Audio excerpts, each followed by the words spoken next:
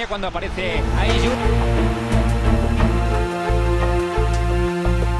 Football দুনিয়ায় নীল সাদা jersey মানে অন্যরকম এক ভালোবাসা। মাঠের পর মাঠ কাঁপিয়ে ট্রফি জেতা যে দলটির অভ্যাস, তাদের নিয়ে ভক্তদের উন্মাদনার আসলেই কোনো শেষ নেই।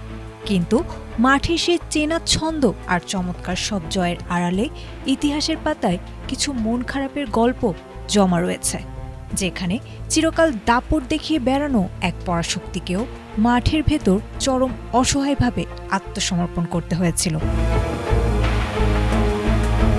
মহাতারকাদের এই দেশেও এসেছে এমন কিছু রাত যা সমর্থকরা ভুলে যেতে চাইবেন চিরতরে।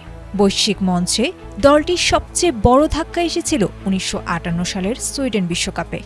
সেবার ইউরোপীয় কৌশলের সামনে ভেঙে পড়ে আর্জেন্টিনার রক্ষণভাগ। চেকোস্লোভাকিয়ার কাছে ৬-১ গোলের হার স্তব্ধ করে দিয়েছিল ফুটবল বিশ্বকে।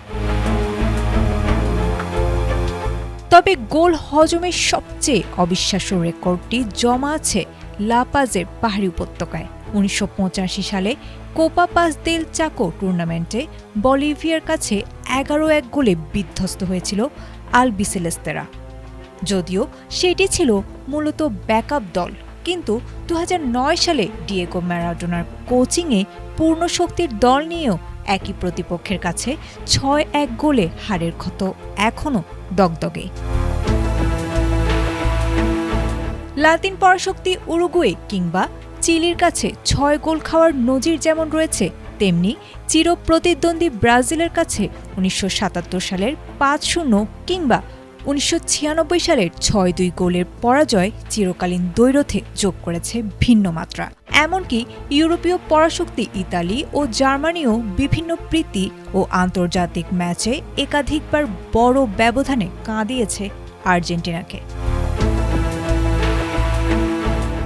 ফুটবলে চিরন্তন কোনো সত্য নেই বললেই চলে। ইতিহাসের সেই সব কালো অধ্যায় আর গোল হজমের পরিসংখ্যান এখন কেবলই অতীত। সব ব্যর্থতাকে জয় করেই আধুনিক যুগে নিজেদের রক্ষণকে দুর্ভেদ্য করেছে আর্জেন্টিনা, যার চূড়ান্ত রূপ দেখা গেছে গত কাতার বিশ্বকাপে।